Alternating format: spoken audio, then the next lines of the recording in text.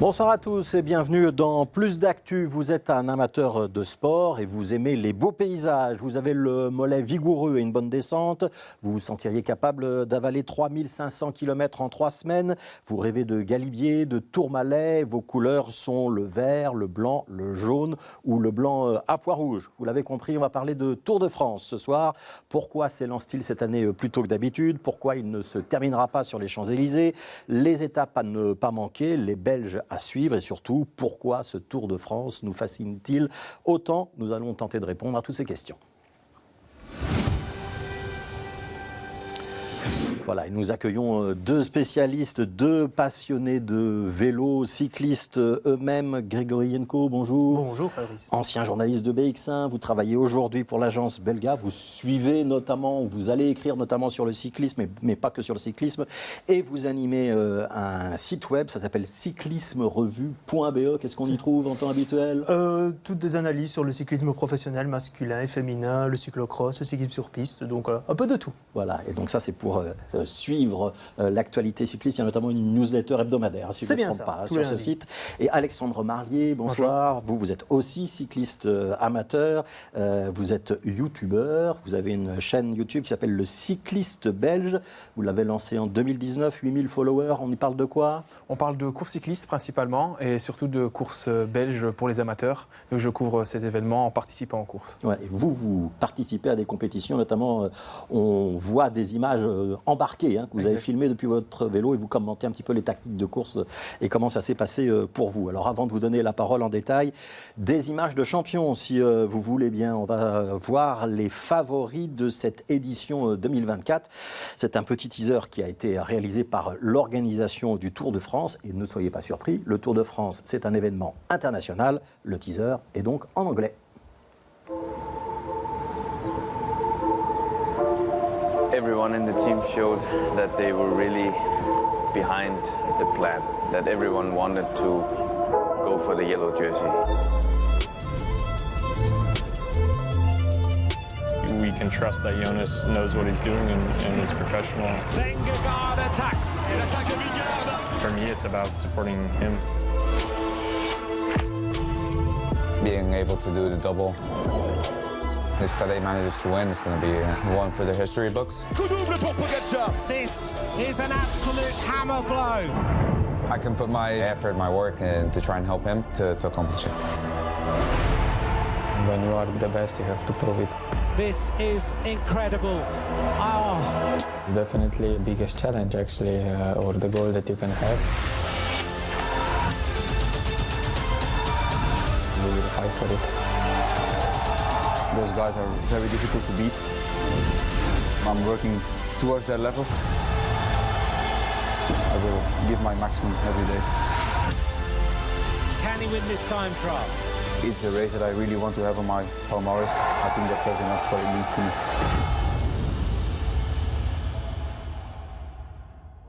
D'apparition, voilà, par ordre d'apparition à l'écran, on a donc vu Jonas Vingegaard, Tadej Pogačar, Primož Roglič, Remco Evenepoel. Je commence avec vous, Grégory Yenko, c'est le pronostic des organisateurs du Tour.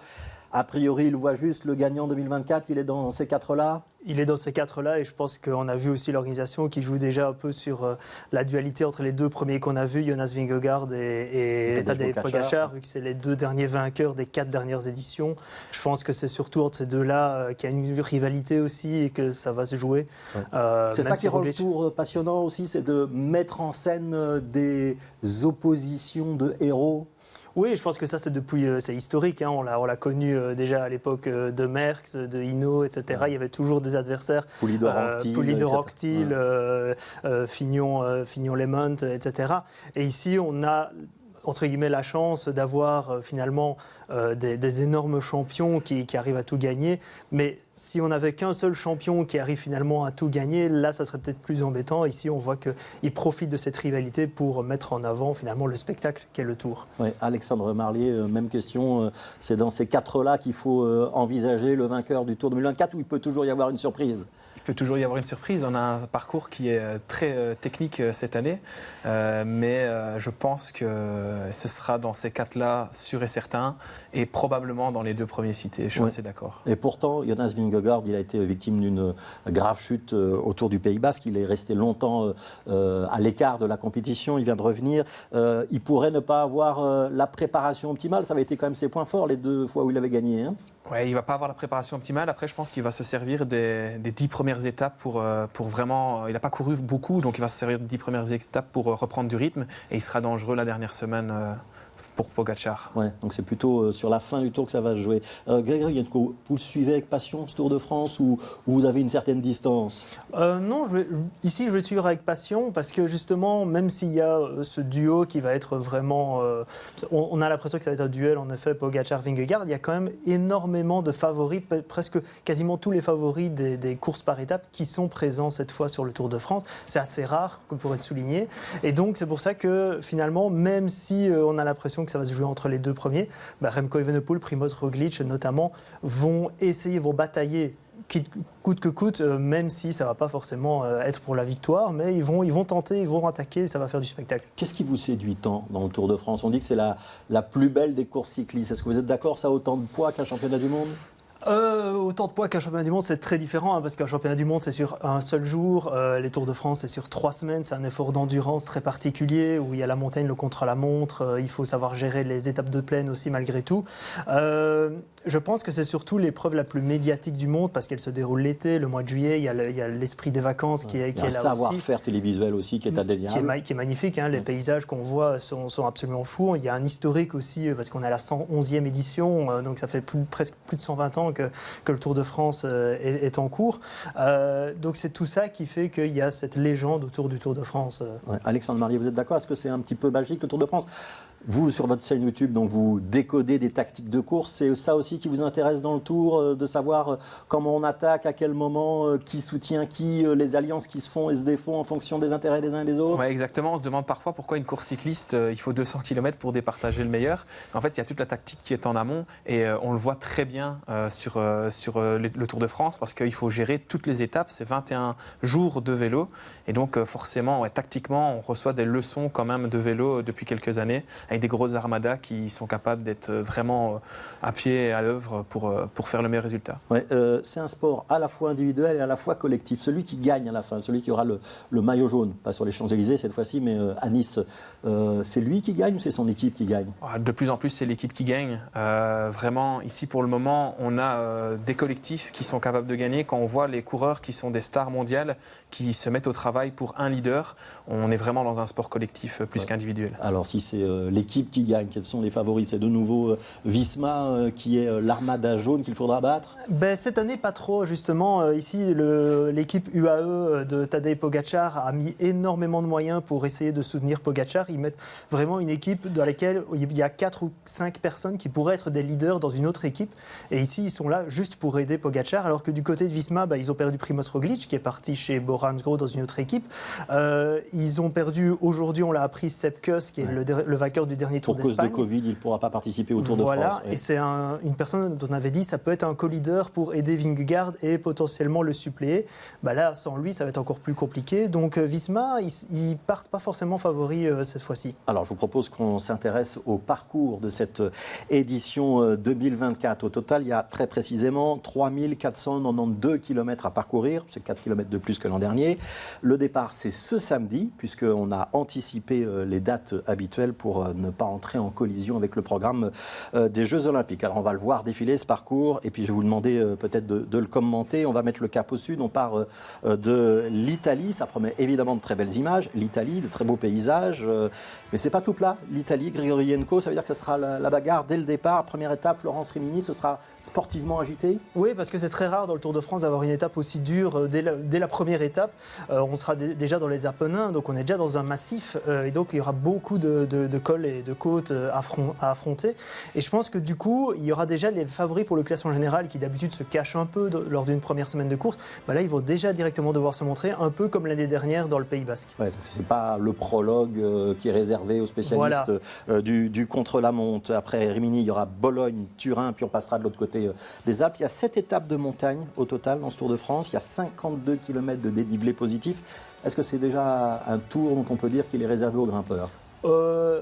Oui et non, c'est-à-dire qu'il y a un peu des deux parce qu'en effet il y a énormément de montagnes, il y a le fait que la montagne arrive très tôt, dès la 4e étape on est déjà dans les Alpes comme vous l'avez dit, après on a les Pyrénées, le Massif central et on revient dans les Alpes à la fin, mais en même temps il y a 2 contre-la-montre, dont un contre-la-montre c'est vrai un peu plus vallonné lors du dernier jour, et donc je pense que ça va quand même se jouer entre il faudra être grimpeur certes, mais il faudra quand même savoir gérer sur les contre-la-montre où là il faut être plus rouleur. Ouais.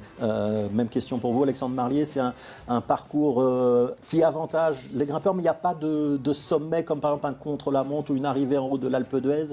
On a évité ça cette fois-ci. Donc grimpeur ou pas grimpeur, celui qui va gagner ? Non, pas grimpeur. Je pense que c'est vraiment un Tour de France qui est très mixte. On a aussi pas mal d'étapes pour sprinteurs. On n'a pas la dernière à Paris, mais on a 7 étapes pour sprinteurs. Et alors... ouais, ça reste quand même des étapes avec des cols mythiques, mais qui ne sont pas aussi difficiles que ce qu'on a pu connaître ces dernières années. Alors, on est en train de voir le parcours. En même temps qu'on se parle, il y a la Bourgogne, la Champagne, avec une boucle autour de Troyes, la Beauce, on descend vers les Pyrénées, Saint-Lary-Soudan, Plateau de Beille. Et puis, on va retourner dans les Alpes avec notamment Gap, Isola 2000. Il y aura 2 contre-la-montre. Un à Gevrey-Chambertin, en Bourgogne. Donc, ça, c'est la route des vins. Pour ceux qui aiment la vigne, ça va être un très, très beau paysage. Et l'autre, ce sera pour terminer le tour. Ce sera le 21 juillet à Nice. Le final n'est donc pas sur les Champs-Élysées, mais avec une boucle sur la promenade des Anglais. C'est important que ça termine par un contre-la-montre. On essaye de recréer un momentum pour le dernier jour. Ouais, un moment de show. Et puis, il y a aussi la turbie à monter quand même sur ce contre-la-montre. Donc, ça va être très raide. Donc, ouais, on essaye de créer vraiment un final où on a du suspense jusqu'au bout. On ne va pas avoir le suspense de qui va s'imposer sur les Champs-Élysées. Donc il fallait remplacer ça par quelque chose d'aussi prestigieux. Et un final à Nice, au soleil, ça va être vraiment un beau festival de vélo. Ouais, le fait que ça ne termine pas sur les Champs-Élysées, est-ce que ça enlève du prestige ou au contraire, vous vous dites que Gruyenko, ça change et puis finalement, ces images avec cette boucle qu'on va devoir faire sur la promenade des Anglais, avec peut-être des coureurs qui vont se croiser, ça va ajouter du suspense et ça va être pas mal. Ça va quand même ajouter du suspense, clairement, parce que on n'avait plus eu ça depuis 89, contre la montre pour terminer comme ça le Tour de France. Et même si ce n'est pas les Champs-Élysées, justement, ça apporte cette touche de surprise que seul le Tour de France peut apporter.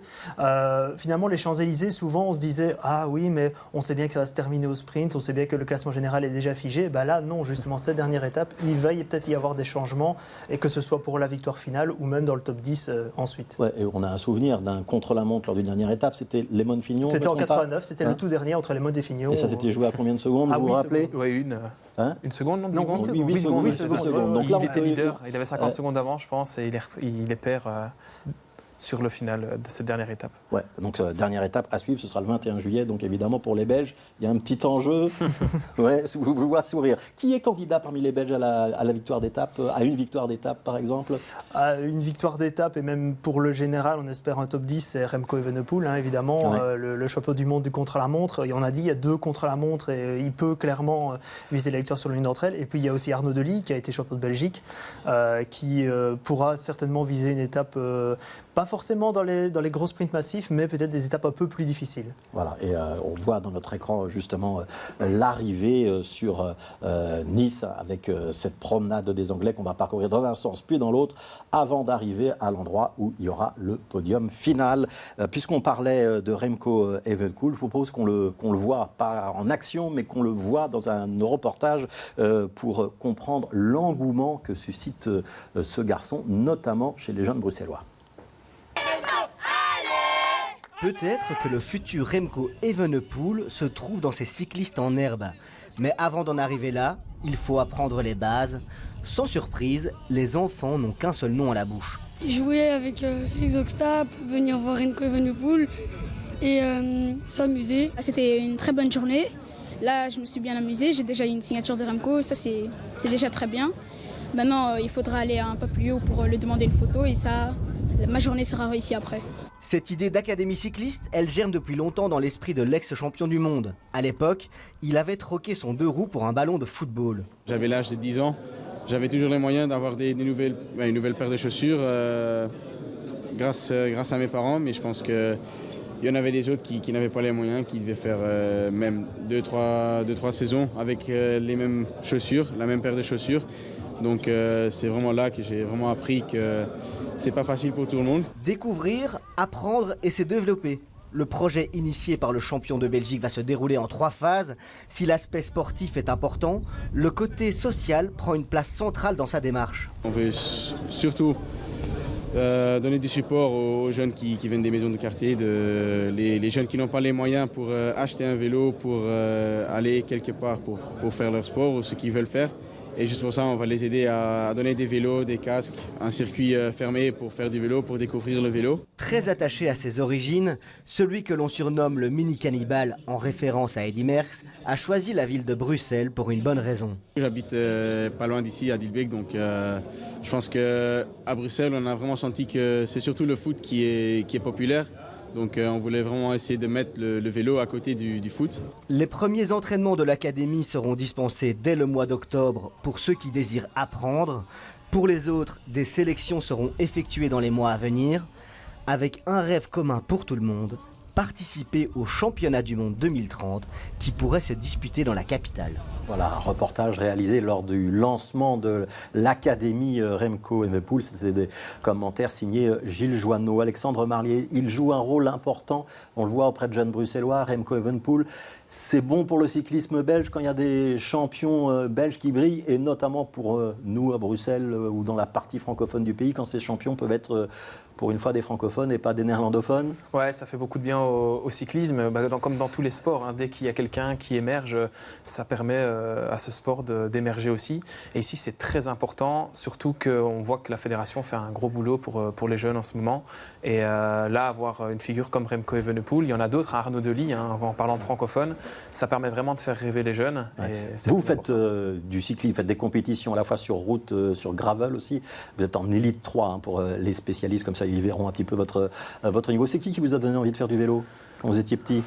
Bonne question. Moi, je pense que celui qui m'a vraiment envie de faire de la compétition, c'est Chris Froome.